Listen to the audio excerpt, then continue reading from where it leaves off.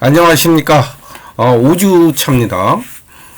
오늘은 그 약속한 대로 조직의 개념 및 이해 필요성에 대해서 우리가 좀 간단히 살펴보고요. 그리고 거의 좀 끝마무리쯤에 대해서 여러분들 그 나중에 취업해서 인터뷰할 때 중요한 포인트 몇 개를 좀 잡아서 말씀을 드리도록 하겠습니다. 먼저 시작하기 전에 공지사항 한번 말씀드릴게요. 원래 지금 이번 주가 원래 10월 4일부터죠, 그죠? 근데 지난번에 10월 4일이 뭐 대체 공휴일 이렇게 말씀을 했는데 그냥 대체 공휴일 없이 그냥 이번 주는 그대로 하겠습니다. 일주일. 그래서 10월 4일부터 10월 8일까지 그냥 여러분은 그냥 평소 수업하시는 대로 월요일부터 금요일까지 그냥 수업 쭉 하시면 될 것 같습니다. 제가 그때 말씀을 수요일 날을 뭐 원칙으로 한다고 했는데 뭐 어차피 일주일 동안 그냥 들으시는 거니까 금요일까지 들으시는 건 상관은 없을 것 같습니다. 그러니까 원칙은 제가 10월 4일 날 그냥 원칙대로 올려놓고요. 여러분 그냥 8일까지 들으시면 되고요. 또 그 다음 주도 우리가 대체 공휴일이라고 그랬잖아요. 한글날 대체 공휴일. 이것도 그냥 상관없이 그냥 평소 하던 대로 11일부터 15일까지 그냥 여러분 그냥 평소 하시는 대로 수업하시면 될 것 같습니다. 우리가 그냥 수업 그때 안 한 것은 우리가 추석 연휴 그것만 그 주만 휴강을 했고요. 그래서 그 다음 주를 우리가 보강을 한 겁니다. 그래서 한 주씩 미뤄지는 거죠. 그렇게 하고 우리가 이번 주 그 다음 주는 쉼 없이 그냥 평상시대로 수업을 하도록 하겠습니다. 자, 이제 조직의 개념과 이해 필요성 이제 본격적으로 우리가 지난 4주까지는 조직에 대한 뭘 했어요? 이름 정도 우리가 한번 살펴봤죠. 여러분이 조금 어렵다 싶을 수도 있었는데 뭐 여러분이 아마 그냥 일상적인 그런 제가 깊게 들어가지 않았어요. 여러분이 조금 이해할 수 있을 만큼만 이렇게 했고요. 조직 이론도 조금 깊게 들어가면 또 생각해야 될 부분이 많은데 뭐 그렇게까지 들어갈 필요는 없을 것 같아서 제가 그냥 여러분이 필수적으로 좀 알아야 될 부분만 해서 우리가 한 달 동안 한번 생각해 봤습니다. 한번 여러분 같이 생각해 봤다 생각하시면 되고요. 이제 지금부터 할 수업들은 그렇게 이제 뭐 어렵진 않을 거예요. 제가 그냥 표면적으로 나타나 있는 그런 조직의 이해 요런 정도만 제가 말씀드릴 거고요. 좀 더 깊은 거는 뭐 간혹 조금 제가 이제 문제 제기 형식으로 이제 말씀을 드리지만은 뭐 그걸 본격적으로 제가 다루거나 이러지는 않을 것 같아요. 이번 주부터는. 그래서 이번 주부터 마음 편하게 여러분 좀 들으시면 될 것 같습니다. 여러분이 뭐 시험 이런 것도 너무 이게 걱정하지 마시고요. 제가 그냥 하라는 대로만 이렇게 따라오면 여러분 크게 문제 없으실 것 같습니다. 그 다음에 제가 그 중간고사는 레포트 대처한다고 했잖아요. 그래서 다음 주에 제가 레포트는 제목을 내드리도록 하겠습니다. 다음 주에 레포트 써서 그 다음 주 정도까지 내시면 될 것 같습니다. 자, 이제 시작하겠습니다. 이 파블로 네루다라는 이게 칠레 민중 시인이고요. 정치가이면서 저항 시인입니다. 질문의 책이라는 이런 시가 있는데 제가 이렇게 인문학적인 감수성을 항상 앞에다 내놓는 이유는 여러분이 좀 딱딱한 이과 쪽이잖아요. 방사선 뭐 이렇게 이제 그럴수록에 이 세상은 굉장히 상상 인문학적으로 돌아간다는 것을 여러분이 아시는 게 되게 중요할 것 같아요. 제가 나중에 어떤 특강을 해서 여러분한테 인문학에 관한 이야기만 한 30분 정도 말씀을 드리겠지만 뭐 지금 그런 시간은 아니고 어쨌든 한번 감상만 해보시기 바랍니다. 제가 여기에서 뭐 문학적인 얘기를 하질 않고요. 여러분이 한번 보시면 될 것 같아요. 제가 그냥 앞면만 조금 읽고 나머지는 여러분이 쭉 한번 음미해 보시는 것으로 끝을 내겠습니다. 나였던 그 아이는 어디에 있을까? 아직 내 속에 있을까? 아니면 사라졌을까? 내가 그를 사랑하지 않는다는 걸 그는 알까? 그리고 그는 나를 사랑하지 않았다는 걸. 자, 여기까지만 제가 할게요. 그리고 여러분은 그 밑에 한번 쭉 한번 음미는 해보세요. 그래서 각자 현실과 상황에 맞게 여러분이 그냥 느끼시면 돼요. 뭐 시를 가지고 수학처럼 1 플러스 1은 2를 뽑아내고 이런 거 아니니까 여러분 한번 생각해 보시면 될 것 같습니다. 자, 다 읽어 보시고 음미하셨죠?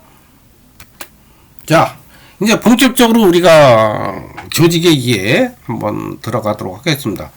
여러분, 우리가 이게 살아가는데 여러분 세 가지 요인이 있다고 합니다. 우리가 이제 보통 시간, 또 공간, 또 인간, 요 이제 세 개의 간이 있잖아요. 그죠? 근데 이거를 우리는 굉장히 간과하기 쉽죠. 왜요? 너 시간이 뭐니? 이렇게 물어보면, 응? 글쎄? 시간? 뭐 당연한 거 아니야? 그거 왜 물어? 이렇게 얘기할 수 있죠. 그러면 우리가 또 하나 물어볼게요. 뭐 공간이 뭐니? 이름. 그거 장소 아니야? 그죠? 그 다음에 인간이 뭐니? 이러면 인간은 무엇인가? 조금 고상하게 물으면 시간은 무엇인가? 뭐 이렇게 물으면 뭐 당연하게 사람이지 뭐 그거 당연한 거는 물어 이렇게 이야기할 수 있잖아요. 그죠? 왜 그럴까요? 너무나 우리는 가까이 있기 때문에 당연하다고 여기기 때문에 우리는 사실은 잘 아는 것 같으면서도 좀 깊게 물으면 잘 몰라요. 그죠? 여러분 인간이 무엇인가 이렇게 물으면 인간? 뭐 당연하고 이렇게 묻지 뭐 사람 아니야? 뭐 이렇게 얘기할 수 있잖아요. 그죠? 근데 그걸 좀 철학적으로 우리가 한번 깊게 또 시간이 뭐냐? 시간도 똑같습니다. 공간도 그렇고요. 이렇게 당연한 것 같은데 우리가 너무 당연해서 깊게 생각해보지 않았던 것에 대해서 우리가 한번 생각해보는 어떻게 보면은 물음을 던져보는 이런 것이 중요하다는 거예요. 이거를 제가 또 깊게 들어가면 예를 하나만 들게요. 그냥 왜냐면 이거 좀 깊게 들어가면 이것만도 또 여러 시간을 한번 해야 되는데 우리는 일반적으로 어떻게 생각하나요? 내가 있고 시간이 저기 있다고 생각하죠. 그죠? 그게 무슨 말이에요? 나 여기 있고 시간이 저기 흐르는 거잖아요. 그죠? 그래서 시간은 어때요?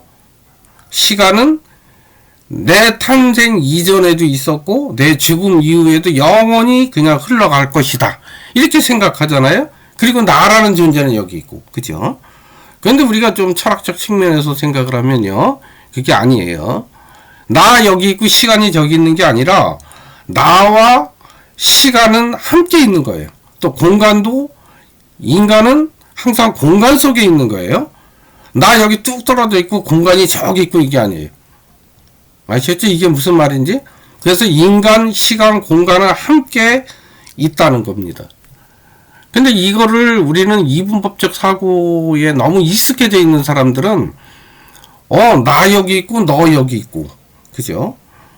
거기 있고 여기 있고 그죠? 그 다음에 저 먼 시간 시간 미래 과거 현재 이렇게 다 나누잖아요. 그죠? 그리고 그걸 또 분석조차 하잖아요. 그래서 뭐 어떤 사람 시간은 뭐 돈이다 뭐 이렇게 얘기했다. 그 다음에 인간은 또 뭐라 그래요? 사람을 가지고 신성한 사람을 뭐래 인간 자본? 뭐 자본이라고 또 표현도 하고 그죠? 이런 오늘날의 자본주의 사회 속에서의 인간이 정말 진정한 인간으로 우리가 생각을 하는가? 오늘날 혹시 인간을 상품화, 이미지화, 그죠? 여러분, 히밀라루크라는 말 혹시 들어보셨죠? 장 보드리아르의, 소비사회에 나오는 이야기인데요. 너무나 진짜 같은 가짜, 이런 것이 오늘날 판치고 있다고 이제 얘기하는 책이거든요. 자, 이거를 제가 조금 첫 시간에 조금 깊게 들어간 이유는 시간과 공간과 인간 이런 것이 함께 있다는 것을 여러분이 일단은 전제를 하셔야 우리가 이제 조직 이런 흐름에 이제 쭉 흐를 때도 이렇게도 이해할 수 있겠구나 하는 생각을 제가 이제 전개하려고 조금 무겁게 시작을 했습니다. 이제 무겁지 않아요. 이제 앞으로 이거 교수님 이게 뭐 조직 이해가 이렇게 어려운가요? 뭐 이렇게 여러분 생각하실 수 있는데 제가 처음만 이렇게 이제 한 거고요. 이제 무겁지 않습니다. 요런 거 정도는 한번 우리가 질문을 던져보자 라는 의미에서 제가 이렇게 첫 시간을 이렇게 했고 조금 이제 가볍게 이제 시작하겠습니다. 자, 이제는 뭐 이게 제가 뭐 철학, 사회 이런 시간이 아니라서 조직 이해잖아요. 그죠? 조직을 이해하기 위한 한 백그라운드로 이렇게 설명을 한 거니까 무겁게 생각하지 마시고 제가 좀 더 이거에 대해서 좀 여러분하고 생각하고 막 이렇게 해봤으면 좋겠는데 또 여러분 내가 맨날 이런 얘기만 하면 또 교수님 너무 좀 생각하기가 힘드네요 뭐 이렇게 나올 수도 있잖아요. 그죠? 이렇게 시작을 해서 이제 우리가 쉽게 한번 풀어봅시다. 그냥 응? 자, 우리는 살아가면서 항상 조직에 속해 있죠. 그죠? 그리고 그 조직의 영향을 받으면서 살고 있습니다. 여러분이 응애하고 태어나서 어디에 태어나요? 여러분의 엄마 아버지 가정에서 태어나잖아요. 가정도 조직이죠. 원초적 조직.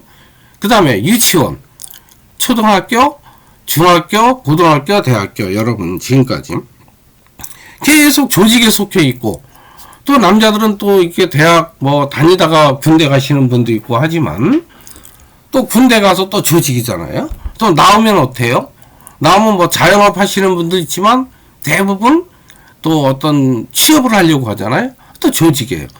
그래서 우리는 지금 살면서 꾸준히 그냥 어떤 사회, 문화, 조직 속에 속해서 우리는 살아가고 있어요. 근데 내가 태어나는 게 내가 원해서 태어났나요? 아니잖아요. 그죠? 내가 원해서 태어나지는 않았지만 그 삶 자체를 내가 인수하고 긍정적으로 해석하면서 그리고 오늘 하루하루에 대해서 열심히 노력하면서 살아가는 것 그게 삶이라는 거죠. 그죠? 물론 또 종교 가신 분들은 우리 인간이 태어나는 것은 또 신의 피조물이고 또 신의 영광을 위한 어떤 목적을 위해서 내가 태어났다. 뭐 내가 행복을 위해서 태어났다. 또 이렇게 설명하실 수도 있겠죠. 그죠? 그러나 그거는 이제 종교적 측면에서는 이제 그렇게 말씀을 하실 수는 있지만 우리가 이 시간에 우리가 사회문화 시간에서는 조금 학문적으로 설명할 때는 그런 설명보다는 이제 이런 실존론적인 그런 설명, 여러 가지 설명은 그 태도에 따라서 이제 또 다양하게 설명은 가능해요. 뭐 이것만이 맞고 저거는 틀리다 이렇게 설명하면 안 된다는 거죠. 다원적 측면에서 우리가 좀 살펴봐야 된다는 거죠. 그래서 우리가 어떨까요? 여러분들도 일어나서 그죠? 아침에 버스를 타고 또 학교로 오셔서 또 식당 가서 식사를 하시고 또 수업 듣고 여러분의 일상 자체들이 거의 뭐예요? 이 조직, 조그만 조직이 됐던 큰 조직이 됐던 그 속에서 이루어지죠. 그죠? 그런 이야기를 하는 거고. 그리고 수많은 조직과 관계를 맺으면서 살아가요. 사람은 로빈슨 크루소처럼 이렇게 혼자 뚝 떨어져 있는 게 아니고요. 그냥 세계의 존재인 거예요. 태어나자마자. 아까 가정 얘기했잖아요. 그래서 그걸 세계의 존재 이렇게 표현하는 거고요. 그래서 이런 여러분이 지금 속해 있는 그 조직, 개념, 특성에 대한 지금 이해가 필수인데요. 그러면 제가 이제 앞부분 말씀드린 거는 이제 우리가 4주 동안에 했던 그 얘기 속에서 많이 포함이 되어 있을 거고요. 지금부터 얘기하는 이 조직의 개념이나 특성은 이제 그런 거보다는 이제 직장의 조직, 뭐 이런 걸 중심으로 해서 이제 그걸 좀 넓게는 사회 조직 이렇게 볼 수 있겠죠. 그렇게 해서 제가 그걸 중심으로 네, 말씀을 드리겠습니다. 사실은 그거나 앞에 세계의 존재의 나나 뭐 또 가정이나 이거 원초적 조직이잖아요. 결국은 이제 같은 맥락에서는 볼 수 있지만 이렇게 볼 수가 있다는 거예요. 자, 우리가 조직의 개념 뭐를 볼 수 있냐면 공동 목표 달성을 위해서 분업 또는 효율의 활동 체계를 갖춘 사회적 단위. 이거를 우리가 조직이라고 보는 거예요. 우리 여기 특징 뭐가 있을까요? 두 사람 이상의 사람들이 모여서 해요. 그 다음에 목적이 있어야 되죠. 그 다음에 구조가 있죠. 그 다음에 두 사람 이상의 협동이 있죠. 또 상호관계가 있죠. 그죠? 이렇게 해서 이게 조직의 특성이고요. 그 예는 뭐가 있을까요? 정부, 또 기업, 학교, 병원, 군대, 가정, 경찰서, 또 뭐 시민 종교단체, 뭐 노동자, 뭐 다양하게 있겠죠. 그건 우리가 그 유형 같은 거는 우리가 이제 한번 다시 볼까요? 우리 지난번에 한번 살펴봤지만 다시 보겠습니다. 오늘 조직 유형 공식성에 따라서 공식 조직, 비공식 조직 나눈다고 했죠. 그죠? 그리고 옆에 제가 그 개념은 쭉 적어놨죠. 여러분 이거 그냥 읽어보시면 공식 조직은 뭐 규정, 조직화되어 있는 집단이고 상호작용에 따라서 자발적 집단은 비공식 조직. 그죠? 그 다음에 영리성에 따라서는 영리 조직, 비영리 조직. 그렇게 해서 제가 설명을 드렸어요. 지난주에. 그냥 옆에는 쭉 읽어보시면 될 것 같습니다. 또 규모에 따라서 우리가 소규모, 또 대규모 조직 이렇게 나눌 수 있죠. 대기업이냐, 또 상점 같은 이렇게 작은 중소기업이냐, 뭐 한 100인에서 뭐 한 300인까지 뭐 이렇게 또 나눌 수 있겠죠. 자, 공식성, 영리성, 규모성에 따라서 한번 나눠서 살펴봤습니다. 자, 그러면 우리가 말하는 이 조직은 이제 우리가 일반적으로 직장 이렇게 표현하거든요. 그럼 직장이라는 게 뭐냐? 이런 조직 중에서도 이제 우리가 취업 활동을 통해서 직업인으로서 이제 우리가 경험하는 거잖아요. 그걸 이야기합니다. 그게 직장이에요. 요건 물리적 공간, 심리적 공간이 있는데요. 직장은 사람들이 모여서 그냥 일하는 공간이죠. 그죠? 그걸 물리적 공간이라고 얘기해요. 심리적 공간은요, 내가 업무를 하면서 사람들과의 이제 관계 속에서 상호작용, 얘기했죠? 협동 관계, 이런 걸 통해서 내가 만족, 또 좌절도 많이 경험을 하게 됩니다. 그래서 이거를 심리적 공간, 이렇게 표현을 하는 겁니다. 아시죠? 원래 이게 직장 생활 하다 보면요, 일보다도 사람과의 관계가 더 피곤해요. 그래서 그러다 보니까 원초적 관계를 자꾸 이제 뭐 동창을 찾고 줄을 찾게 되고 여러분은 이제 조금 덜 할 겁니다. 근데 제가 할 때만 해도 저는 이제 은행에 있었는데도 은행도 상당히 이런 부분이 많이 차지합니다. 그래서 줄을 잘못 쓰면은 뭐 심한 말로 좀 우스갯소리로 낙동강 오리알 이렇게 표현도 하고요. 왜냐면 내가 줄 섰던 자리가 끊어지면 뭐 승진도 늦어지고 뭐 이제 이런 이야기를 농담삼아 많이 했던 기억이 납니다. 그래서 심리적 공간. 자, 조직 이해 능력이 그럼 왜 필요하냐? 조직 이해 능력이 왜 필요한데요? 하고 물어보는 거잖아요. 그죠? 조직 이해 능력? 이것도 뭐, 그리 뭐 어려운 것 같지 않은데 뭐 왜 물어봐? 이렇게 얘기할 수 있죠. 볼까요? 어떤 직장은 어때요? 조직, 그 직장이라는 데는 그 나름대로의 시스템이 있고, 그리고 경영하는 경영자의 마인드가 있을 거 아니에요. 그죠? 그래서 경영에 대한 이해 능력. 이걸 합해서 우리가 조직 시스템과 경영 이해 능력, 이게서 조직 이해 능력. 그래서 앞으로 이런 조직에 대한 이해 능력이 굉장히 중요합니다. 이걸 이해해야 조직 시스템, 또 경영, 이거를 우리가 캐치를 할 수 있거든요. 그래야 업무 성과도 높아지고요. 그 다음에 경영 성과도 높아집니다. 아셨죠? 그러다 보면 어때요? 인간관계 좋아지게 되고요. 조직 시스템과 경영 원리 이해, 이런 것들이 이제 우리가 함양이 된다라는 이야기를 하는 거죠. 그러나 이것도요, 우리가 그냥 나타난 것만 이해하는 거고, 우리가 그 속에 정말 직장에 들어가서 참여해야만 느낄 수 있는 그러한 것도 있어요. 그것도 나타나지 않은. 우리가 지금 여기 설명하는 것은 그냥 나타나 있는 것만 여러분 설명하고, 나타나지 않는 조금 음지에 있는 얘기는, 저는 이제 경험을 좀 많이 했으니까, 여러분한테 중간중간 조금씩, 뭐, 제가 또 그걸 너무 기술적으로 이렇게 다 표현해 드리기는 좀 그렇죠. 조금씩 설명은 하도록 하겠습니다. 자, 조직 이해 능력이라는 것은, 업무를 원활하게 수행하기 위해서 국제적인 추세를 이해하고, 조직의 체계와 경영을 이해하는 능력. 야, 4개 나왔죠? 제가 빨간 거로 표현했습니다. 그럼 하위 능력이 뭐가 있어요? 경영 이해하는 능력. 그 다음에 조직의 체계 이해 능력. 그 다음에 업무를 원활하게 하는 업무 이해 능력. 그 다음에 국제적인 추세 이해는 국제 감각 능력. 그래서 이 4개의 하위 능력을 합니다.